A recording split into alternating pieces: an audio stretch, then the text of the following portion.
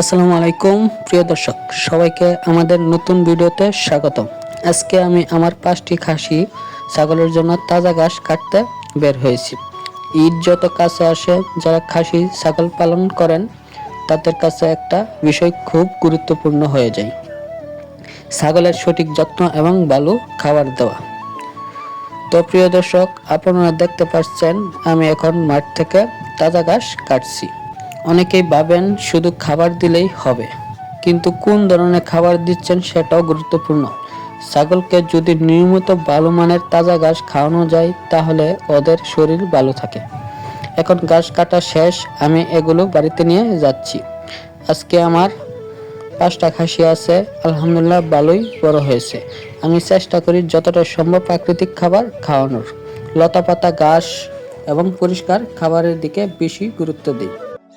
দেখুন আমায় দেখে ছাগলগুলো কিভাবে দূরে চলে আসতেছে ঘাস খাওয়ার জন্য।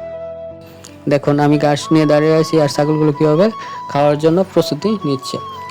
আমি ঘাসগুলো দেওয়ার সাথে সাথে তারা একদম হুট হুট করে খেয়ে নেবে। এখন দেখুন প্রিয় দর্শক, আমি ঘাসগুলো ছাগলের সামনে দিলাম। দেখেন কি সুন্দর করে খেতে শুরু করছে। ছাগল যদি ভালোভাবে খায় তাহলে বোঝা যায় ওদের রুচি ঠিক আছে। ঈদের আগে ছাগলকে ভালো ঘাস খাওয়ানোর কিছু উপকারিতা আছে। প্রথমত, ভালো মানের খাবার ছাগলের শরীরের স্বাভাবিক বৃদ্ধি ঠিক রাখতে সাহায্য করে। দ্বিতীয়ত, শরীর সতেজ দেখায়। তৃতীয়ত, ছাগল যদি সুস্থ থাকে তাহলে বিক্রির সময় ক্রেতারাও ভালোভাবে দেখে। অনেকেই একটা ভুল করেন, হঠাৎ করে অনেক খাবার খাওয়াতে শুরু করেন, কিন্তু যে কোনো খাবার ধীরে ধীরে এবং পরিমিত দেওয়া ভালো। অতিরিক্ত বা অপরিচিত খাবার দিলে অনেক সময় হজমের সমস্যা হতে পারে।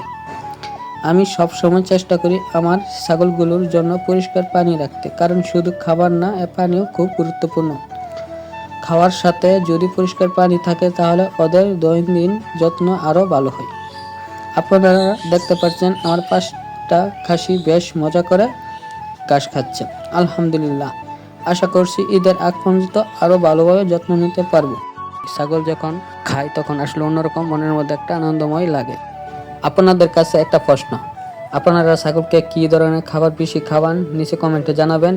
ভিডিওটি ভালো লাগলে লাইক করবেন, শেয়ার করবেন, আর আমাদের চ্যানেলে নতুন হয়ে থাকলে সাবস্ক্রাইব করবেন।